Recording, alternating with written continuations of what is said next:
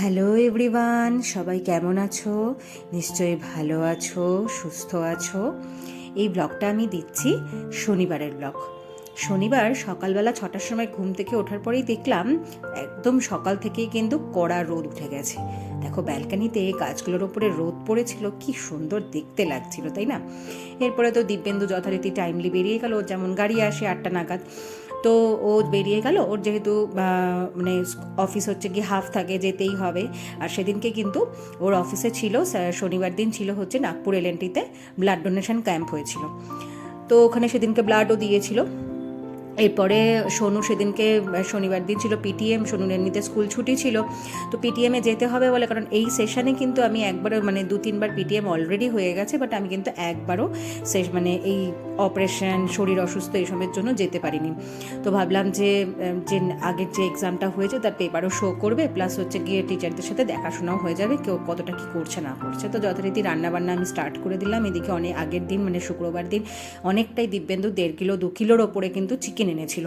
তো ভাবলাম যে একবারে অনেকটা ঝোল করে হচ্ছে কি কী হবে, তো অনেক দিন হচ্ছে গিয়ে স্টু খাওয়া হয় না, তারপরে দিব্যেন্দুও মানে শনিবার দিন হচ্ছে করে আসবে, ব্লাড দিয়ে আসবে। তো যথারীতি আমি একটুখানি বরং ভালো করে স্টু বানিয়ে নিই। তো প্রায় 1 কুকার মতন অনেকটা সবজি দিয়ে, মানে বিনস, গাজর, আলু, পেঁপে আর চিকেন ভালো করে হচ্ছে গিয়ে দিয়ে বেশ অনেকটা স্টু বানিয়েছিলাম।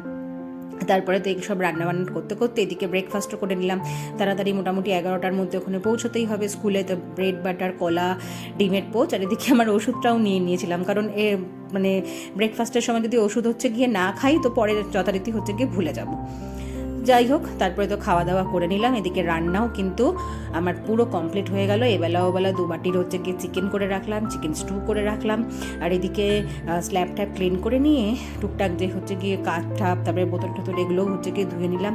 আর গত 1 উইক ধরে কিন্তু আমাদের যে আমার যে কাজের বাই মানে হেল্পিং হ্যান্ড, সে তার ডেঙ্গু হয়েছিল বলে আসছিল না। তো আমাকে আর দিব্যেন্দুকেই মোটামুটি সমস্ত কিছুই করতে হচ্ছিল।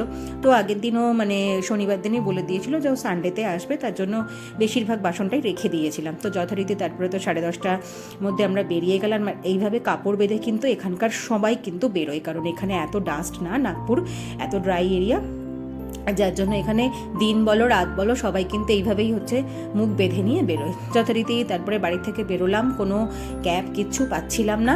তারপরে তো ওখান থেকে একটা অটো পেয়ে গেলাম। মেন রোডে আসার পরে ডাইরেক্ট একদম স্কুল পর্যন্তই আসলাম দুজনে মিলে। আসার পরে তো প্যারেন্টস মিটিং হচ্ছে কি মোটামুটি হয়ে গেল। সোনু খুব ভালোই রেজাল্ট করেছিল মানে লাস্ট এক্সামটাতে। যাই হোক, একটা এক্সামও দিতে পারেনি।